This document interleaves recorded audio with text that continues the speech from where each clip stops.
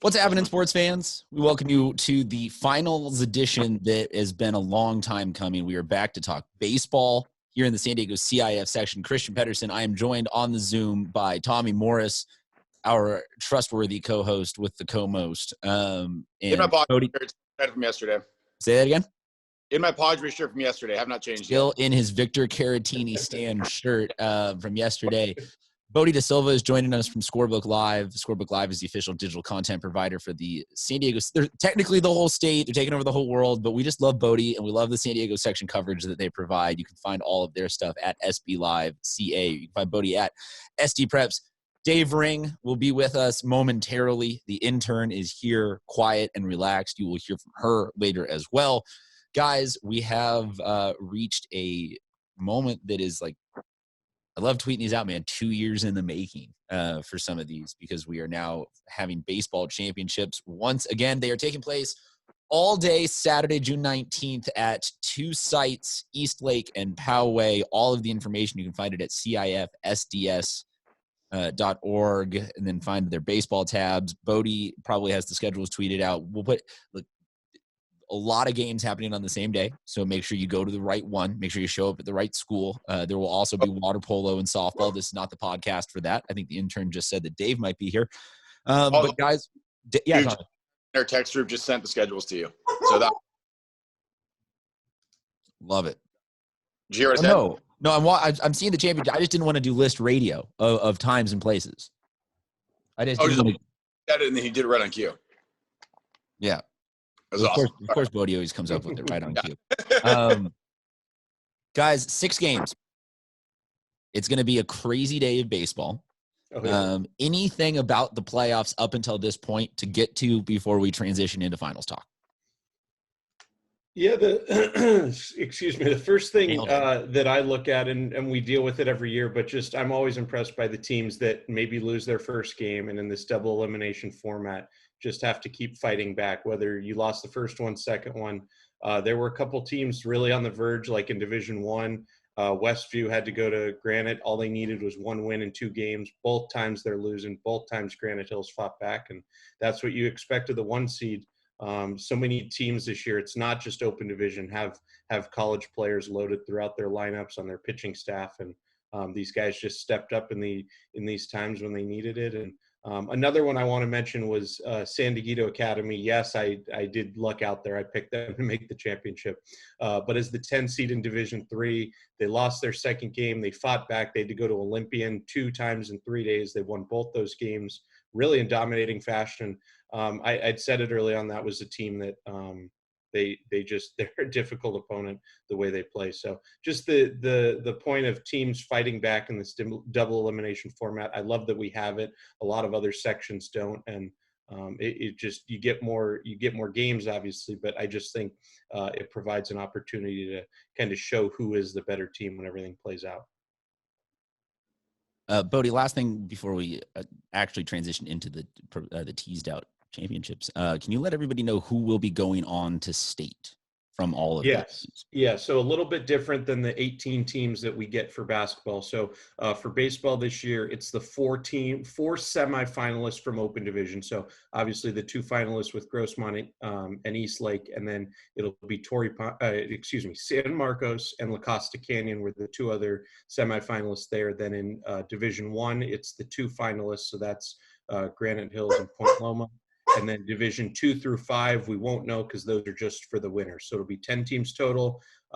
It'll set up like we've seen for basketball this week. So you'll get Tuesday, Thursday, Saturday next week, an 8-team, 3-game bracket. And hopefully the way the basketball teams have taken it this week, so many opportunities to go make some noise. And like tomorrow, we've got all these San Diego basketball teams in action. I expect a lot of the same for baseball next week. I want to welcome in Dave Ring. Dave, I think the intern thinks you went to the other door. Oh, there we go. There we go. I like Dave the most. Oh, yeah. No, the intern's favorite person on earth is Dave Ring. I'm going to slide over here, turn Dave's camera on. I'm jealous.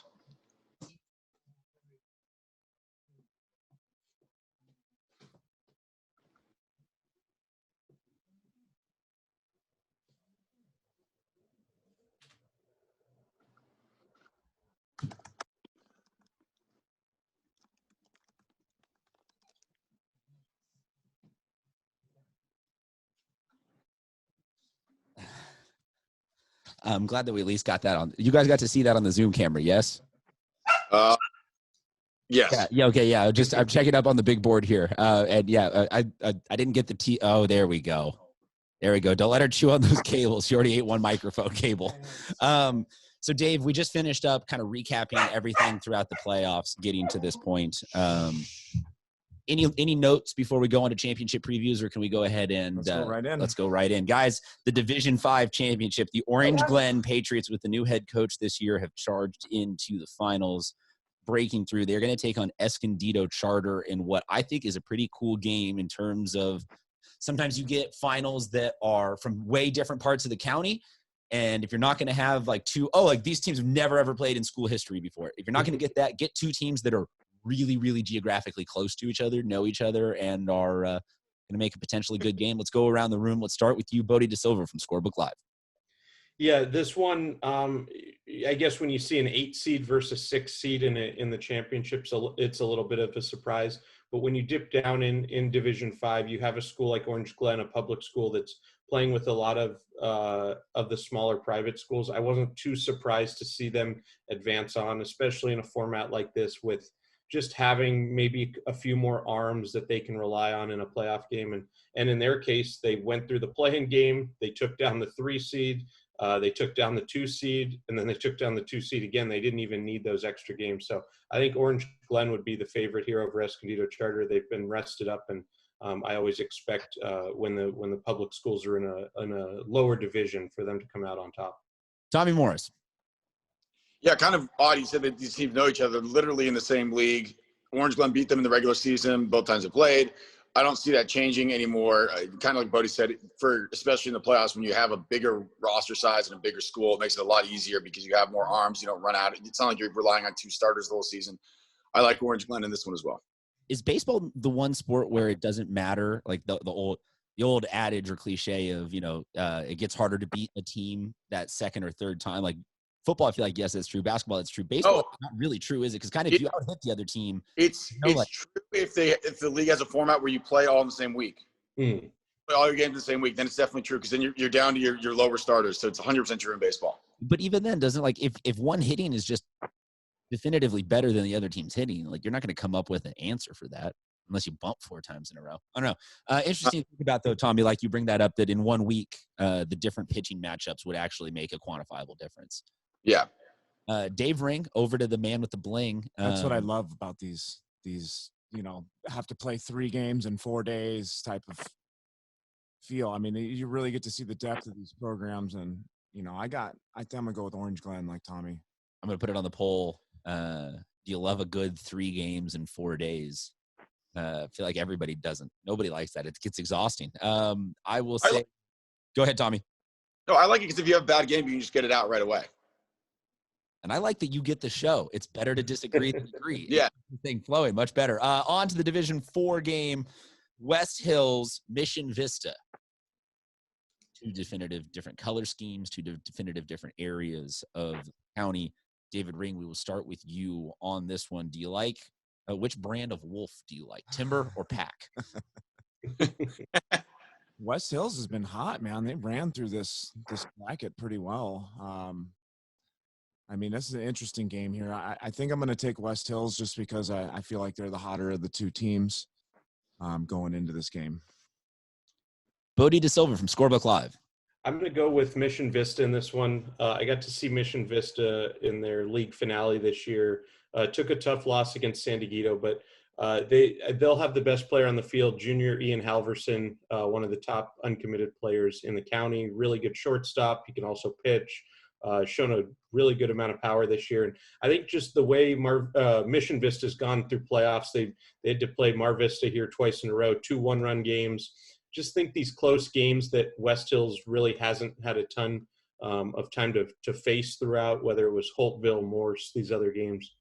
I think that'll help Mission Vista, and they may be down to their last couple arms there in the staff, but I think they'll hit enough to get it done. Tommy Morris. Also, I will just point it out, you can find all of our polls at SD Prep Insider on Twitter, on Instagram. We always appreciate the follows. We'll throw it up there. What's your favorite kind of wolf, Timber or Pack? Remember to go vote. Tommy Morris. I'm going to go with West Hills too. Kyle Dobbins having a good season for those guys. Another thing we didn't talk about yet in the playoffs is that if necessary game. West Hills did not have to play it. Mission Vista did. So that's like we're saying with the pitching, that's one extra game where you have to throw your guys that, West Hills did not have to do. West Hills has not played since June 15th. Mission Vista had to play yesterday, which was Thursday. So they've had a lot of time off, time to rest those arms. So I like West Hills. Interesting though that in a lot of this, it's that fine edge between is it good to play a couple of games, stay hot, stay loose, Not in the playoffs, or is it good to eventually you just do run out of pitching and everything. On to the Division III game, the Christian Patriots, a team that we have long talked about being, just good in every way. I want to say the last Braden Ross clip that I saw on your Instagram, Dave. You can follow David Ring at DR Player Development on Instagram.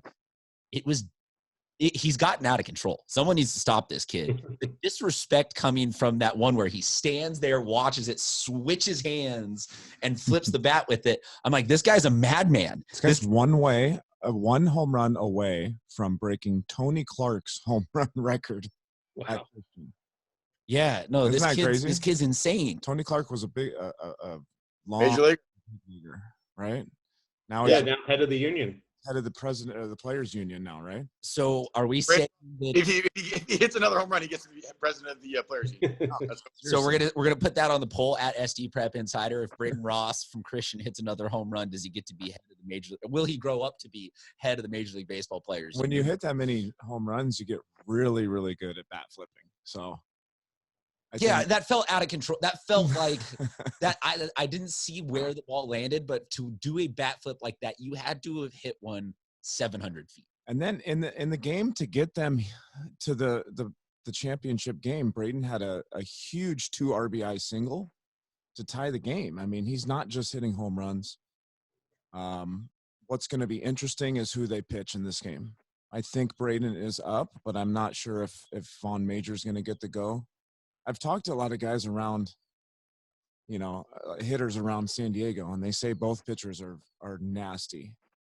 And so that should be both 2 ERAs, both those guys. Well, and I think the best scenario there is that they're both available. So you get in a jam, you can bring the other guy in. Maybe you're in extra innings. I've seen that in the past. So they're definitely. All right, so let's start it with you then, Bodie, since you're already talking about it right now. What do you have for us on this game prediction-wise? Because San Diego Academy did not get a proper introduction by me, but you already gave them a proper introduction by being so in on them. We'll let you take this game first. Yeah, so this is one that I looked good back right before the playoffs started. This was the exact prediction. San Diego had to do it the hard way, though. They lost their second game, but since then, in the last week, they've won 4 straight elimination games. They went to Montgomery, all these on the road. They went to La Jolla. Then they've had to go to Olympian 2 games in a row. They've taken them all down. And just the small ball style that they play, I think, represents a lot of problems because they're happy to bunt 3-4 times in a row and make the other team come and field it. And the era we've seen this year of teams just hitting the long ball, a lot of people haven't seen it. Now, on the other side, Christian's won 16 in a row. Their pitching's lined up. It's tough for me to go against Christian here. I think they get it and end San Diego's run. No, Bodie, come on, stick with SDA. What a run it's been. Stick with SDA. SDA. Come on, Bodie, do it. I woke the intern up. I'm sorry, intern. No, you're going Christian there? I got to go Christian. Tommy Morris, your prediction on this one? I hate to agree, but Christian to me is not a Division III team. This is a Division II or Division I team. We mentioned Ross already. I want to mention another kid, only a sophomore. Shane Bailey, who actually has more hits than Ross this year. He has 46 hits. He's hitting 474. He doesn't have the home runs, but he's hitting 474. And that's not 474 in like 2 games. That's in 28 games. You got a sophomore leading you in batting average and a sophomore leading you in ERA. This is going to be a good team for a long time. I like Christian here, and I like them next year even when they bump up. 20-13 to go into this championship. 20 wins for San Diego Academy. That's pretty impressive. I think they're going to hit a brick wall in Christian, but we'll see. You got to play the game, right? Got to play the game, and this should be an interesting matchup of a team that hits bombs and a team that bunts. Bombs versus bunts? Bombs versus bunts. Right. Take the shirt. Put it on the poll at SD Prep Insider. It's our best poll week in a while. Bombs or bunts? I'm I miss Tommy's polls of just random things. Yeah. I didn't. Go ahead, Tommy. I just verbally said them. I didn't put them out. I know, but they were fun. That tends to have to be an in-person thing when you get Yes. Tommy's just natural magnetism and energy going. Tommy is fun in person. For all you guys because Tommy's lending his fun services to a wedding this weekend. That's why. Yeah, I gotta go to the wedding. Sorry, guys. It's one of like 63 weddings Tommy has been invited to in the last month and a half. 8 in a row, baby. Yeah. 2 more. So yeah, Tommy will return to us well recharged once it comes football season. Noah, we have no idea if Noah's coming back or not. You can follow all of that Twitter drama as to just how sucked into his girlfriend's life. Look, man, we miss him. We love him. We miss him. We love him. We wish him well. But things do seem to be getting very, very serious. On to the division 2 championship. 2 now, yeah. 2. Carlsbad. This is a matchup right Carlsbad here. came on late in the season as a very solid contender for a top 10 spot, and has a UCLA water polo baseball commit, which I love. A little mess around with two-sport kind of action. Dave, I don't think we've started with you yet once, Tommy. So let's start with you, Tommy Morris, on this game. Steel Canyon, Carlsbad. This is a tough one to call. I think this is a 50-50 game. I want to go last so I can just pick whatever anyone else didn't pick so I can be a con. But that's okay. We'll work with what we got. Jake Intrican for Steele having a great season so far. He's hitting 455. They got 2 guys hitting over 400. This is a good lineup, and they're in a good league, competitive league. They're 10-5. Same thing with Carlsbad. Good league, 8-4. Really, really tough to call this one. I'm going to go with Steel Canyon here, though. Just kind of, again, a toss-up game completely. Even if you ask Max Preps, their rankings, they've got them at 50 and 53. So it's just that's Scorebook Live. Right? If you ask Scorebook Live, they have them at 50 and 53. So it's a complete toss-up, but I'm going to go Steel Canyon here. Ain't even never heard of Max Preps. Never heard of it. Sorry, I meant to say Scorebook Live. I apologize. I don't even know what it means. Bodie DeSilva from Scorebook Live, the official digital content provider of the San Diego CIF section. What do you got? Yeah, I'm going to go Steel Canyon here. I'm really excited for this matchup. I think it's got the potential to be as good as any game this weekend. The key, I think, for Steel Canyon, they have their ace pitcher, Sebastian Granados, headed to Cal State Northridge. He hasn't pitched since last Friday against Saints. They've got him lined up for a full outing and just been one of the top strikeout guys in the county all year. In 57 innings pitched, he's allowed 8 earned runs and struck out 108. So almost 2 guys per inning. The last outing against Saints, he went 5 2/3, 2 hits, shutout, and struck out 14. So Carlsbad's going to need to make sure that they keep it low scoring because I can't imagine them getting too many runs off him on Friday or on Saturday. I love that. You haven't heard that one? No, he shoved. That's awesome. Never heard that? No. That was Yeah. Off that day. All I That's remember, dynamic. I he love got that. interviewed after the game, and he was like, they were talking so much crap from the other side, and I just fed into it and shoved. He didn't say that, but that's what His body language said Yeah, it. his body. His attitude said it. His vibe said it. Dave, we got your prediction on this game? Yeah, I wanted to throw a shout out to the Bonert brothers. I mean, these guys, Conrad. Make sure you pronounce that last name correct. Yeah, Bohnert. I just say you gotta nail your nuts. Bonert. Yeah. Nail that Perfect. T. Hit that T very hard. This combo has 60 plus hits on the season, and I think Conrad had a walk-off hit to bring them. So I think this was against Mission Hills, and in their last game, whoever they played, Carlsbad walk-off.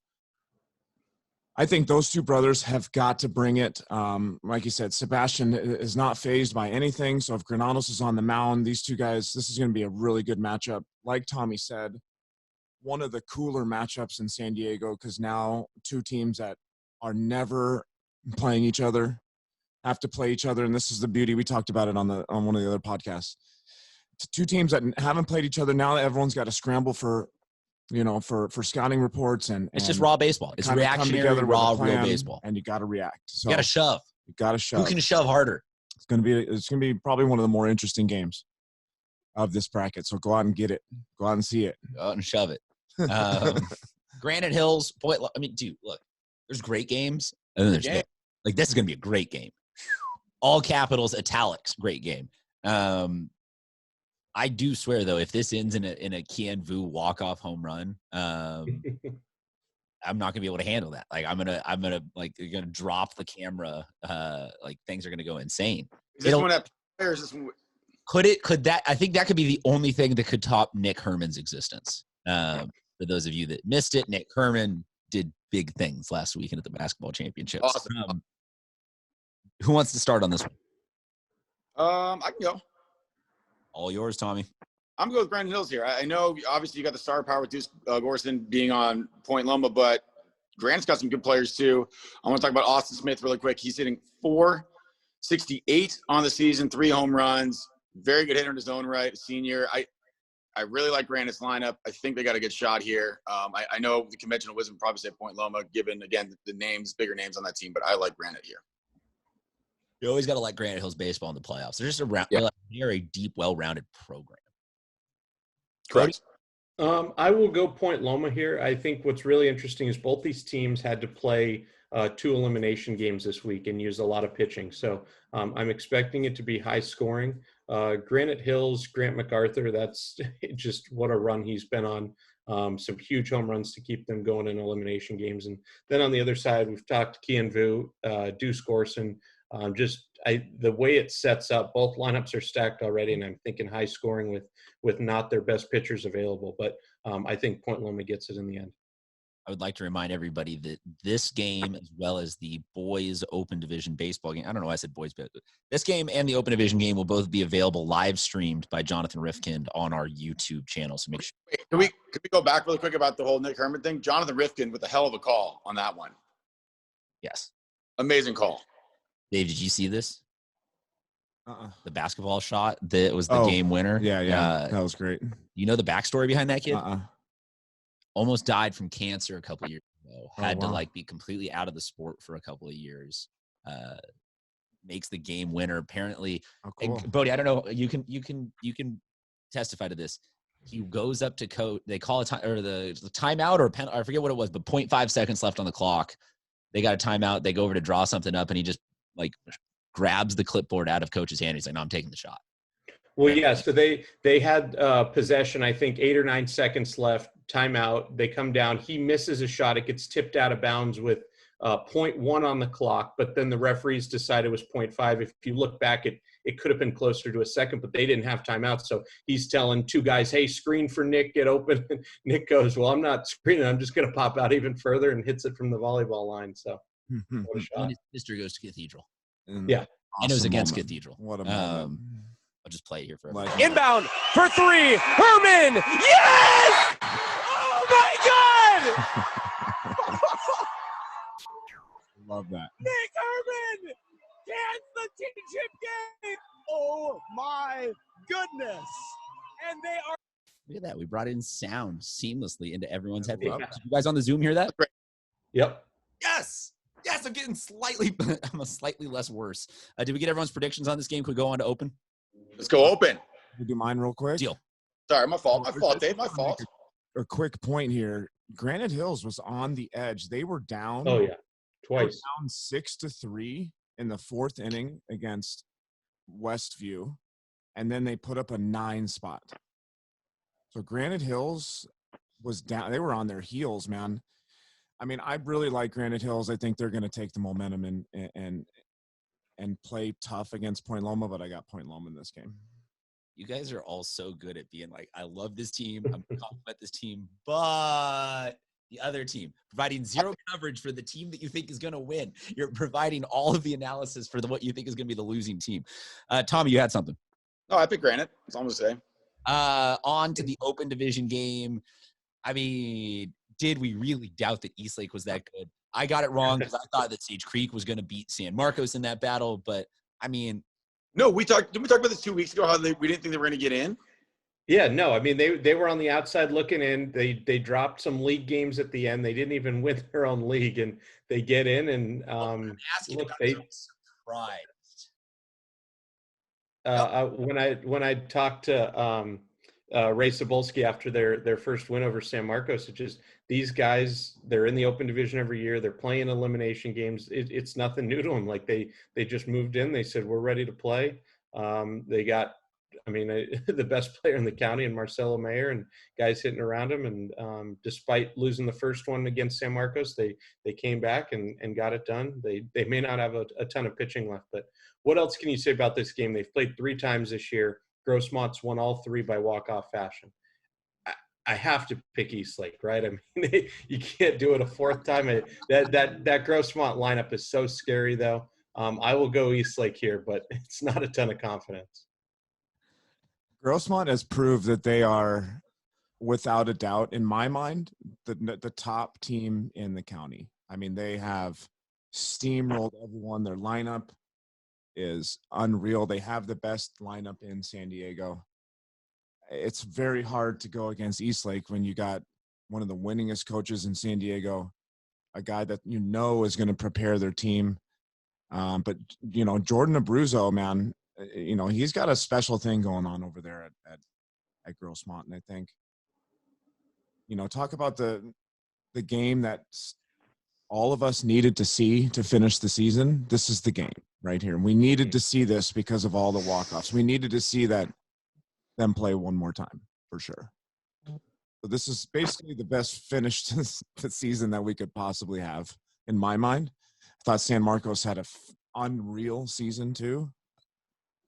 Lots of guys can play at the next level, but when it comes down to it, I'm going to take Grossmont. I think they're the best team in San Diego, and they've proved it to me all season. I think this is going to solidify how good of a season and how good of a coach Jordan Abruzzo is and how well he prepared his team this year. So out of this, San Marcos is also on to the state playoffs, and so is Sage Creek or LCC? LCC.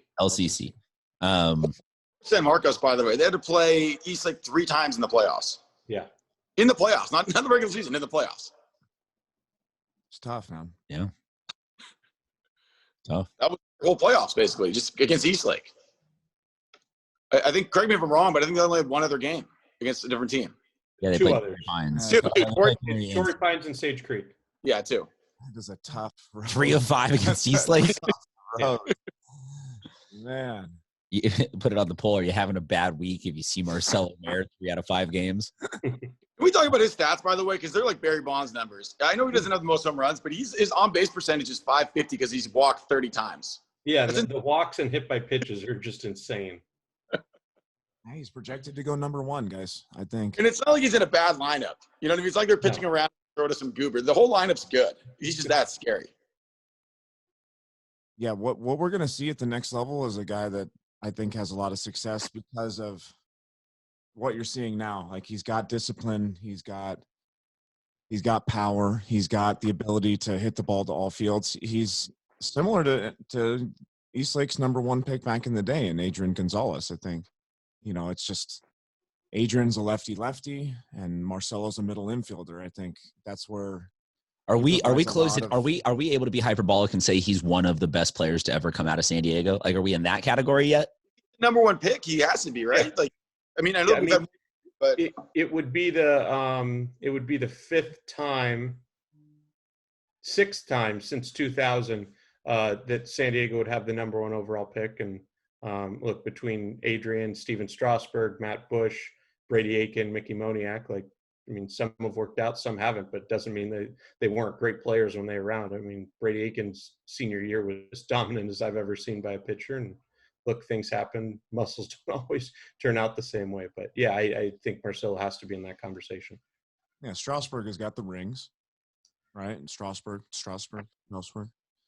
got the ring, so time will tell, but I think Marcelo's in a good position. And that's why he's, kind of, piggybacked his way up the rankings. Leiter and Kumar, those guys' numbers are, if you look at their numbers, are ridiculous too, but Marcelo's, I think, going to provide more value being on the field every day as a hitter and a fielder. Well, and what I'm saying is, in the climate of the way that Major League Baseball seems poised right now to want to invest in younger talent getting more face time, and teams seem to want to invest in younger shortstops and infielders who can hit and might just be that new change of the guard. Like, it seems to me very likely he gets fast tracked through a minor league system. Everybody wants a new Tatis. Yeah, seriously. I'm not saying that he'll be as good as Tatis. He'll be better. Because he's a left-handed hitting Tatis, but it seems like a team take a shot on him. And the Pirates are that team who needs something like that. Yeah, for sure. That's They why need a lot of. That's why I wouldn't. First, pitching. If they could trade down and get like 5 picks, I think they might, but you're not allowed. Yeah, they need more players, right? They need like 3 Marcellos. They need to find players that know how to touch first base when they run the Ooh. That was brutal. Anyway, so I've got Grossman in this one. Justin Brown has 8 home runs for the Foothillers, and he's 3rd on the team in home runs. That's how good this lineup. Gomez has 14. Hamill has 11. It's ridiculous. As Bodie mentioned, the pitching is a little worn out for Eastlake right now. This lineup is going to eat it up. I think they've lost in they've won in walk-offs, in the previous games. I don't think they're going to need a walk-off in this one. I think they're going to win by 2 or more runs. I like Grossman. Dave? Yeah, I'll say my pick again since we sidetracked. I think Grossmont is the best team. Yeah, I lost focus there entirely on who had what pick already. Bodie, have you given your pick, Bodie? I did. I went with Eastlake here. I had to go a little bit different. I know the pitching may be worn down, but I think especially in these games when they've played early on, like Eastlake has shown, like as good as Grossmont is, they haven't been getting blown out. Like they've been up, they just haven't finished the deal late. I think what better time than now? You got to get them one time this year. I would like to point out 2 things. One, I'm not picking for or against anybody in this game. I've done this dance with Eastlake baseball in the finals. No. I'm not winding up on either side of that mojo. 2, I think it's interesting that if we look at the way that finals, and this will just be closing on a larger high school sports note. Does anyone have anything else baseball finals related before we get out of here? No, go ahead. Deal. I'm looking over there like Bodie can see me. The cameras don't set up that way. Like waiting for like a visual cue for Bodie to be like, yeah, go ahead, talk. I think it's really interesting. We're back in championship time and seeing how at the highest levels of allegedly what is the, deciding of the best, all various parts of the county being represented in different sports. North County winning a lot of the lacrosse championships. Cathedral and Torrey Pines winning the biggest of the basketball championships. They're on that border of North County versus kind of Central City. This is a very East County and South Bay. East Lake's kind of a little bit of both, but this is an East County title game. The water polo ones are looking like they're going to be all coastal. Just interesting seeing that it's not just all the same 5 North County schools dominating everything. Like we have different open division winners in different sports, which is great from all over the county. So I'm really stoked to see how the playoff system has worked out this year to help have this be really good representation. I think it's a very quality year. I also want to say that people don't understand the difficulty when it comes to, I have now sat in on a ton of these all CIF and coaches meetings. All of you that complained about like divisioning up and down, much more complicated equation than you think and much harder to actually affect change than you think. So any of you guys that are ever, like that team, it's a conspiracy keeping them in D3. Yeah. It seems like maybe this is more of an indictment or issue of the infrastructure of the system built in terms of its available options to move people up and down. And just want to point that out to all the coaches that are listening out there. That's it for me. We'll see you guys at the baseball championships, and then it's summer break for a little while. Late season, so football will be back real quick, unfortunately. See you guys. Dave, you going to be there at one of the games? Maybe not. Possibly. Got to go back to those fully capacitated Padre games now that Victor Caratini's hitting home runs. Deal. I'm going tonight. All righty. Enjoy your baseball game. Tommy, enjoy your wedding. Bodie, maybe see you at softball tonight or not? Possibly. Yeah, they're not going to see him there. We'll talk to you guys later.